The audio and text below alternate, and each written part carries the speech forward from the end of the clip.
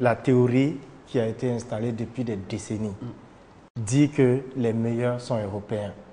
Et n'oublions pas que les médias, c'est tellement puissant.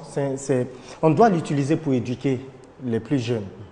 Imaginez un peu, on parle de secrétaires, on parle des meilleurs secrétaires, et puis on nous balance des images d'Européens. Nos enfants qui sont à la maison, dans leur tête, tout de suite, ça va sonner. Ah, donc les meilleurs, ce sont les Européens. Donc tout ce qu'on fait, on doit apprendre ça là-bas. Mais entre nous, il y a des super intelligents en Afrique. À partir du moment où tu commences à montrer, quand Obama a été président, les Africains n'ont pas sauté parce que Obama va venir changer l'Afrique. C'est juste que c'était le signal fort de croire en nous pour dire aujourd'hui, on est sûr qu'on peut atteindre le plus haut sommet du monde en tant que Noirs. C'est ce message-là qui a fait sauter les Africains.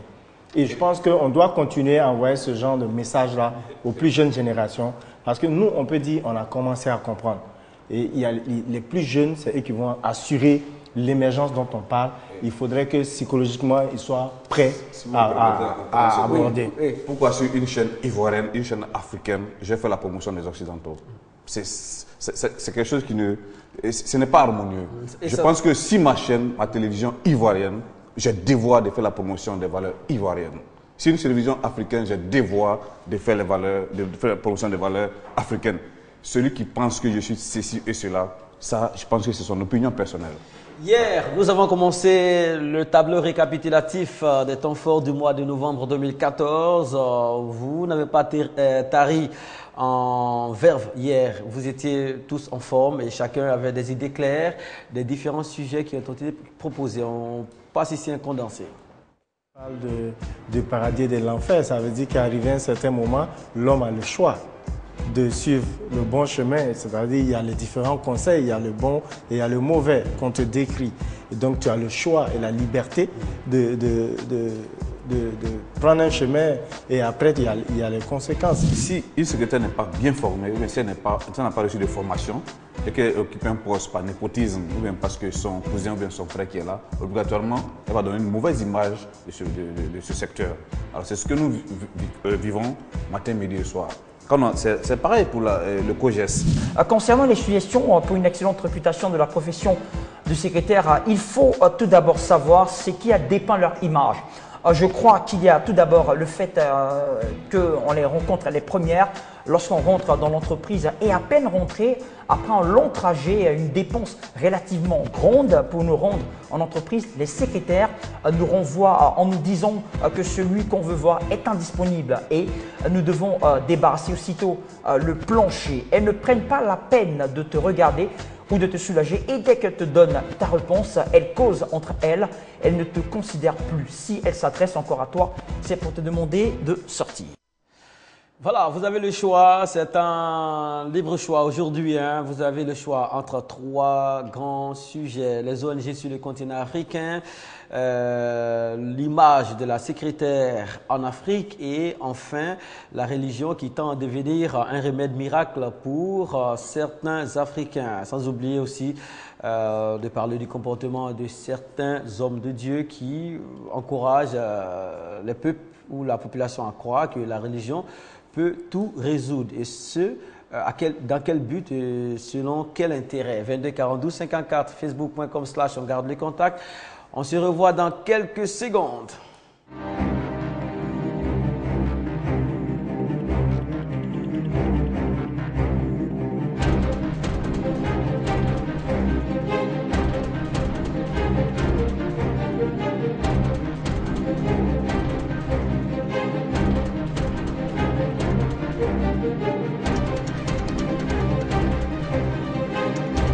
On garde le contact.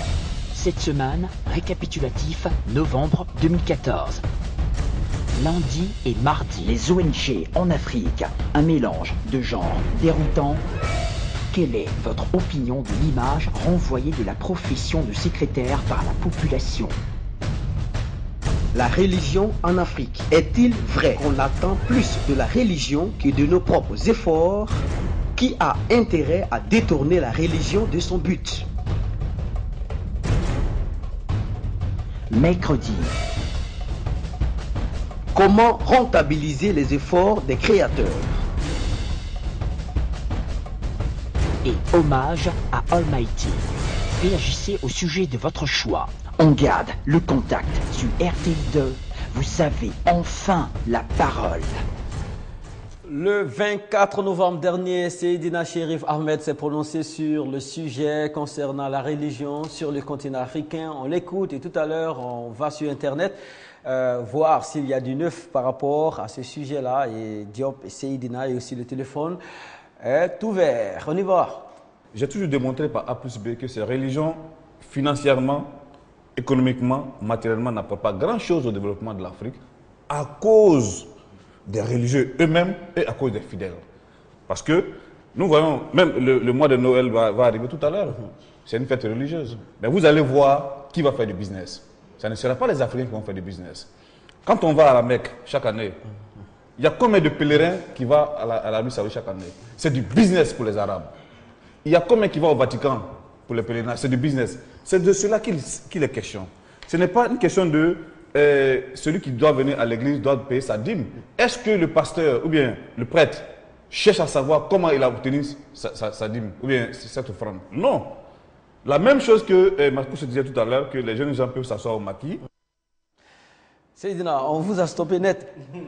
Pour lui, la religion doit apporter quelque chose sur le plan économique. Hein. On doit en tirer des dividendes. Oui, il y a des pays qui ont réussi ça. Vous savez que moi, avec la religion, je suis un peu prudent. Les pèlerinages, c'est vrai que ça, aller une fois, c'est une bonne chose, mais après, faire de ça une habitude, là, c'est autre chose. Moi, je pense que, par exemple, dans des pays comme l'Égypte, on a vu un documentaire sur les frères musulmans, par exemple, qui avaient construit des hôpitaux, des centres de formation. En fait, ils avaient contribué aussi à développer même la science dans leur pays. Et ça, c'est dû à une bonne organisation. Je pense qu'on peut faire autant. La religion peut apporter, puisqu'on dit déjà la mosquée, c'est l'endroit. Bon, je suis musulman. La mosquée, c'est un endroit où tous les musulmans doivent venir se rencontrer et échanger. À partir de ce moment-là, je crois que le rôle des guides, c'est de dire aux fidèles, entre eux, donnez-vous du travail, aidez-vous, organisons-nous, par exemple, construisons des hôpitaux gratuits, par exemple, pour nos fidèles. Je crois que ça va mieux fidéliser même les personnes que de les laisser comme ça. Merci Diop. Je peux ajouter quelque chose.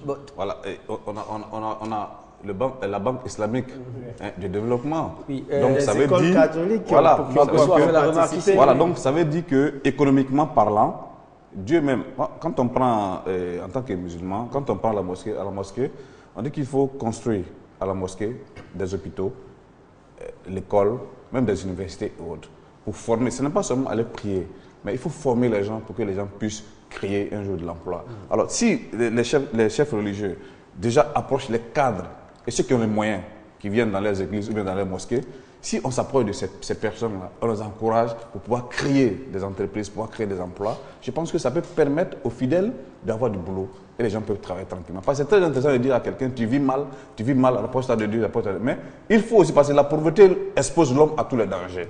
Un pauvre est très vulnérable. Bien dit. Par exemple, il y a un phénomène qui se développe dans une zone de 1 km, tu as 10 ou 20 églises, tu as 10 mosquées, mais on peut avoir une seule mosquée et puis construire une clinique, par exemple, où les gens vont venir. L'argent on a pris pour construire 10 mosquées dans une petite zone. On peut construire une clinique, on peut construire une école pour dire, bon, ok, comme on n'a pas assez de moyens, vos enfants vont aller ici se faire soigner, ils vont ici aller se faire former. On peut faire comme ça. Tout ça, c'est une façon de rendre... Créer de l'économie. Voilà, de créer de l'écononomie. Voilà. Non, même dans le côté spirituel, c'est une façon de donner son argent. Dieu soigner des pauvres gratuitement, c'est une façon d'avoir une bénédiction. Parfait. Pendant que le 22 42 54 s'ouvre à vous, Patrick Ndiaka, on va prendre le petit pont pour vous atteindre.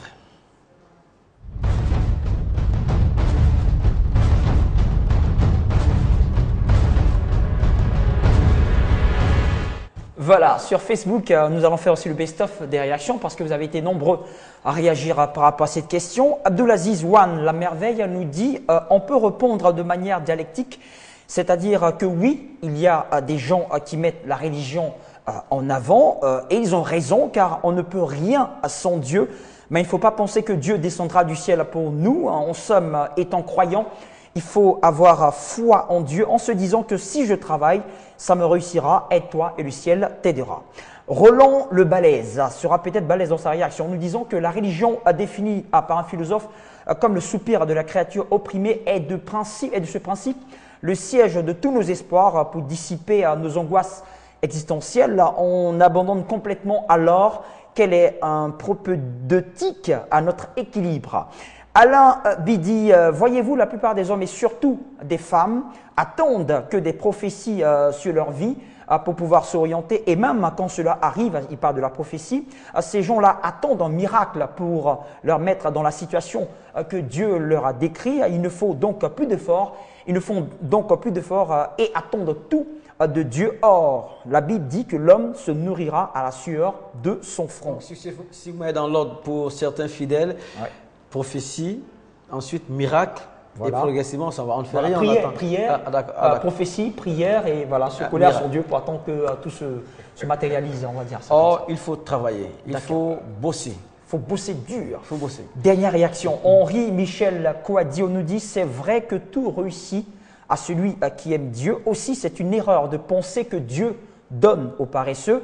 Ceux-là même qui ont au nom de Dieu ne travaillent pas sous prétexte qu'ils travaillent pour Dieu, car il a dit, et je cite, tu mangeras à la sueur de ton front, pour dire qu'avec nos efforts consentis à la prière, on a une plus grande visibilité, un dynamisme et une sagacité, choses qui font forcément nous aider à nous démarquer des autres dans la société. Alors, il complète nos propos. Il y a un Kamit qui dit quoi Le Kamit nous dit, oui, pour le constater, on n'a qu'à ouvrir les yeux et avoir que les peuples… Dieu n'existe pas. Voilà, il dit Dieu n'existe pas. Ça, c'est un autre débat. Hein. Il s'appelle Azrepo le Kamit. Vous qui défendez les Kamit ici, il trouve que Dieu n'existe pas. Ça, c'est un autre débat. La suite, c'est le téléphone. Monsieur Yao est en ligne. Excusez-nous, 22 42 54. Yao, bonjour. Oui, bonjour, monsieur Kanté. Merci d'être avec nous. Merci d'avoir été patient au standard. Vous avez le choix entre trois grands sujets. Lequel des sujets attire votre attention aujourd'hui? Oui, le sujet, c'est la religion. La religion, vous écoute. Bon, d'abord, je voulais vous féliciter pour votre audience. Merci. Et puis particulièrement les deux chroniqueurs. D'accord. Seydina et Diop. Oui, tout à fait. D'accord. Mais je voulais quand même, par rapport au sujet de la religion, je voulais d'abord intervenir pour dire que tout un chacun devait dégager d'abord le rôle premier de l'Église et de la religion. Bon, et la manière dont le plateau était présenté, j'avais l'impression que le rôle de la religion était juste apparenté au rôle politique. Voilà. Or, je pense que ce sont les politiques qui devaient faire les plans de développement pour une nation. Maintenant, le rôle de religieux, c'était de parler aux fidèles et de les conduire parce que nous assurons tous à une vie après la mort. Mais néanmoins, tout en parlant aux fidèles, leur donner des conseils où Dieu, par exemple, disait qu'il n'est pas bon il faut que l'homme travaille. Voilà. Donc, les fidèles, maintenant, sont sortis de là avec ce qu'on leur a enseigné. Voilà, et maintenant, commence à mettre ça en pratique. D'accord. Donc, vous voyez, mais maintenant, demander aux pasteurs de faire des plans de développement et tout ça, bon, en ce moment, ils sortent maintenant de leur cadre de travail. Merci. C'est ce que je voulais ajouter. Merci beaucoup, M. Yao. Bien noté. Allô? Oui, vous êtes en direct. Allô? Monsieur Yao, vous êtes toujours en direct. On vous entend. Voilà. Je voulais intervenir sur l'intervention du général Makosso tout à l'heure. Makosso, il était en DCM, donc c'est pas à commenter, je pense. S'il était en plateau, ça aurait été bien. D'accord. Quelle intervention? L'intervention concernant le débat ou l'intervention concernant ce qu'il est venu dire tout de suite? Concernant ce qu'il a dit. Non, tout de suite là? Oui. Non, là, il était venu faire une annonce commerciale. On ne peut pas commenter ça. Ok. Merci, bonne journée. Ouais, on note votre préoccupation, Seydina. Il dit de ne pas sortir la religion de son cadre. Le rôle de la religion, ce n'est pas de faire des plans de développement. Les hommes politiques sont là pour ça. Il faut pas tout demander. Et ça répond à la question, est-ce le remède miracle? Et peut-être que c'est vous et nous qui sommes en train de prendre la religion, voir dedans maintenant un remède miracle. La religion, c'est vrai qu'il y a le côté spiritualité où on va prier, mais la religion, elle donne. C'est-à-dire que quand vous prenez les livres, la Bible comme le Coran, il y a des plans de développement. Oui, mais je vais dire les Donc, Arabes, voilà. les chrétiens, les grands pays religieux ont des gouvernements, sinon ils n'en auraient pas. Oui, ils ont des gouvernements, ça c'est clair. Je n'ai pas dit que le religieux doit remplacer le chef de l'État ou le gouvernement, c'est pas ce que je dis. Mais je dis que pourquoi les religieux, quand ils sont dans les zones, on les appelle papa, on les appelle président, on les appelle... Ça veut dire qu'ils gouvernent des gens, ça veut dire qu'ils dirigent des gens. Maintenant, Mohamed, il leur on peut des valeurs qui peuvent leur permettre de se prendre en charge. Bien sûr. Et c'est ce qu'ils font. Ils font ça déjà. Oui, il n'y a pas de problème. Maintenant, ça n'empêche pas aussi, Mohamed, qu'on utilise ces livres. Parce que je sais très bien que dans le Coran, par exemple, il y a un volet scientifique.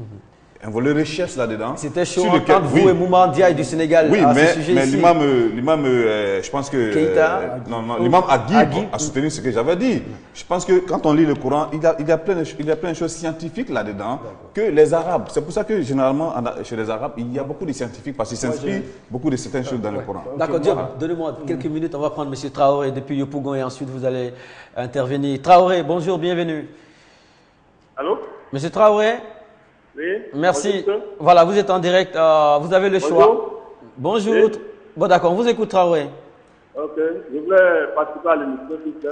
D'accord. Lequel des sujets vous intéresse? Oui, je voulais intervenir sur le sujet de la religion, s'il vous plaît. La religion. Alors, on vous écoute. Oui. Bon, je voudrais d'abord réinscrire le rôle de la religion. La religion n'a pas pour vocation de créer des entreprises. La religion est venue pour une mission précise. C'est pour ça qu'on nous a délégué la mission pour une mission précise. Allô? Oui, on vous entend. Donc, ce que je vous ai dit, d'abord, c'est une solution miracle, effectivement. Parce que le fait de nous sortir des ténèbres vers la lumière, c'est déjà un miracle. Donc, pensez que la religion est venue pour créer des entreprises, pour faire des investissements. Non. La religion est venue d'abord pour sortir les hommes des ténèbres d'abord, vers la lumière. Donc c'est un salut pour nous. En fait, pour ce qui concerne la religion musulmane là, musulman que je suis, je sais bien que la religion musulmane, la bataille terrestre, sa finalité c'est le paradis en recherche. Les musulmans doivent se donner la main, ils doivent vivre en solidarité pour faire des prières à la mosquée. Les prières ne peuvent pas se faire aussi. C'est des imams qui nous font prier. Il faudrait qu'on contribue à leur bien-être, à les entretenir et tout ça. Donc, ce n'est pas la religion telle qu'elle est perçue par vos deux invités, ce n'est pas correct. D'accord. Ne partez pas. Monsieur Diop souhaiterait s'entretenir avec vous. Traoré, face à Diop. Voilà. Monsieur Traoré, bonjour. Alors, je vous entends mal. Allô? Bonjour, monsieur Traoré. Pas plus, oui. Voilà. En fait, on n'a pas dit que... D'accord. Bon, il a été coupé, mais allons-y. Moi, je pense qu'on n'a jamais dit que la première règle de la religion, c'est de créer des entreprises. Mais il y a ce qu'on appelle... Mais Seydina insiste dessus. Non, si vous voyez que les téléspectateurs réagissent, c'est parce qu'il y a insistance de la part d'une partie du plateau. Bien sûr. Moi, je dis déjà, je dis ça toujours, avec la religion, je suis un peu... Voilà, j'ai ma position et je vais doucement. Et ce qu'on voulait dire, déjà, lutter contre la pauvreté, c'est quoi? C'est dit dans toutes les religions, les gens du livre. On dit de lutter contre la pauvreté. Lutter contre la pauvreté, c'est le développement humain. Parce que quand on est trop misérable, on perd sa foi. Parce qu'on se pose la question toujours, est-ce qu'il y a un Dieu pour moi? Donc on dit, les croyants entre vous, aidez-vous. C'est pourquoi il existe la dîme, c'est pourquoi il existe en islam, la zakat, tout ça. C'est pour qu'on s'entraide pour sortir de la pauvreté. On dit, organisez-vous. On n'a pas dit qu'un imam doit construire une clinique. C'est pas ce que j'ai dit. J'ai dit, les musulmans doivent s'organiser pour que chacun ait accès à la santé, à l'éducation. C'est possible. Vous voyez, par exemple, moi, je prends un quartier que je connais bien. À Trècheville, par exemple, chacun a sa mosquée. c'est une proposition. Au lieu que chacun ait sa mosquée dans le même carrefour, pendant que toi tu es en train de prier, tu entends l'autre prier, je pense qu'on peut s'organiser, construire une mosquée, construire une clinique, construire une école pour que nos enfants aient accès à la santé, à l'éducation, mais je dis pas que, on dit pas que le rôle de l'islam, c'est de créer des entreprises. Mais tout ce qui est demandé est déjà fait. On a les pas capacités. Les religions, Makosso l'a dit ici, des écoles sont créées, des banques sont ouvertes, des radios existent, tout ça donne de l'activité. Non, le sujet il est très clair. Hein. On parle de la région par rapport à l'Afrique. Parce que même les cliniques qui sont souvent créées. Même en Afrique ici. Oui, non, moi je parle des Africains. Oui, mais. Je ne dis pas ceux qui viennent investir en Afrique. Oui, mais une banque sur le sol, sur un sol africain, c'est une banque déjà. C'est-à-dire qu'une banque. Bonne pour l'Afrique. Non, une banque arabe ou une banque occidentale en Afrique ici, c'est bien. Mais je veux une banque créée par les Africains eux-mêmes. C'est de ça qu'il est question. Je dis que, comment on appelle ça, la religion, c'est pour le bien-être de l'homme, que ce soit ici que dans le paradis. Le bien-être commence à partir d'ici. On vous dit de vivre bien déjà avant d'aller au paradis. On ne vous dit pas, bon, vivez autrement pour arriver au paradis, vivre bien. Ok, vivre bien, c'est le travail. Même l'argent qu'on va donner, les dîmes ou bien les offrandes qu'on va donner, mais c'est dans le travail qu'on doit l'avoir. Parce que le pasteur ou bien l'imam a le droit de me demander comment tu as ton argent, vous pouvez me donner, comment tu as ton argent. Donc quand je dis entreprise, on dirait que les gens trouvent que le mot entreprise est trop costaud. Mais c'est le travail, ça veut dire travail. D'accord, super. Super, on vous comprend. Mais des actions sont visibles, hein, on vous le dit. Des banques ouvrent, des radios ouvrent, tout ça s'emploie, des télévisions ouvrent. Est-ce que ça engendre de l'emploi? Effectivement, de l'emploi. C'est ce qu'on se dit. Il y a déjà des actions qui ne font pas. Se met en réseau. C'est en train d'être fait. C'est en train d'être fait. Nous voulons plus. Nous voulons plus parce que ce qui est en train d'être fait, on peut faire plus que ça. Oui, mais on peut toujours faire plus. On peut faire plus Malgré que ça. le développement, on continue de chercher de l'argent. Oui, la Basilite Ayam Soukro ici. Je pense qu'on peut organiser des pèlerinages là-bas. Ça peut engendrer non seulement. C'est organisé là-bas. Non, c'est-à-dire que c'est fait de manière sporadique. Je veux que ça soit quelque chose de national. Mais le pèlerinage en Amérique, par exemple, a lieu combien de fois dans l'année? Une seule fois? Je pense que ce n'est pas la même chose. Non, mais ce n'est pas la même chose que je veux dire. Je veux dire, on ne peut pas le faire chaque 6 mois, mais chaque 3 mois un pèlerinage. C'est pour ça qu'il faut faire une fois, une bonne fois, pour engendrer de l'économie. Moi, je dis, on prie pour être très proche de Dieu, c'est très bien. Mais il faut qu'on puisse aussi créer de l'économie à côté pour que les gens ne soient pas vulnérables. Parce que le pauvre, il est vulnérable. Voilà. Un appel de Congo-Brazzaville. Il nous reste 3 minutes. Monsieur Oumar. Monsieur Oumar est au standard. Il est avec Monsieur Sissoko qui assure la liaison téléphonique. Monsieur Oumar. Oumar, bonjour. Bonjour, monsieur. Merci d'être avec nous. Vous nous appelez de Congo-Brazzaville, c'est ça? Monsieur Oumar. Oui. Êtes-vous là? Je veux passer les religions. D'accord. On vous parle de religion. Est-ce qu'il y a deux religions? Il y a seulement l'islam. Bon, et apparemment, il ne sait pas qu'il est en direct. Ce n'est pas bien grave. Exactement, les chrétiens, c'est leur intérêt. D'accord. Bon, monsieur Oumar, vous raccrochez, vous nous suivez. Oui. Peut-être que le lundi ou demain, vous pourrez intervenir. On salue tous ceux qui nous suivent depuis le Congo, hein, comme on ne cesse de le dire. Hein, toutes les capitales connectées sur ce programme sont saluées quotidiennement ici sur RTI2. Merci beaucoup, monsieur Oumar. Le 18 novembre, c'était au tour de Diop. Hein. Diop, c'est qu'est-ce qui a parlé tout à l'heure? C'était Seydina. Et Diop, Seydina, il fait tellement de vagues. Tellement de vagues. Diop a parlé sur des sujets concernant les secrétaires. On l'écoute. Jeune frère, il faut projeter maintenant l'image de l'Afrique qui travaille et l'image de l'Afrique où il y a le leadership qui marche bien. Parce que depuis des décennies, l'image qui nous a été envoyée, c'est que nous, on n'est pas un monde civilisé, on ne sait pas faire telle ou telle chose et que tout ce qu'on fait est mauvais et c'est ce que les autres font qui est bien. Donc, ce qui encourage l'immigration en masse, parce que si tu dis que l'Afrique c'est l'enfer et que l'autre côté c'est le paradis, qui ne veut pas aller au paradis? Donc, on est maintenant dans une Afrique où, quand même, il faut montrer le beau côté de l'Afrique. Voilà, montrer le bon côté de l'Afrique. Vous voyez, ces chroniqueurs qui sont afro-optimistes adorent l'Afrique sous son meilleur angle. Et c'est très intéressant à faire remarquer. Patrick Ndiakan, vous aurez le tout dernier mot par rapport à cette séquence-là de Ismaël Diop et on va se donner rendez-vous demain 13h15.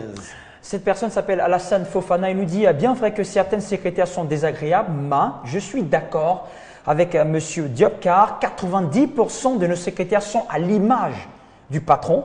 Mais malheureusement, la faute retombe sur la secrétaire car c'est à elle que nous nous adressons avant d'atteindre le patron.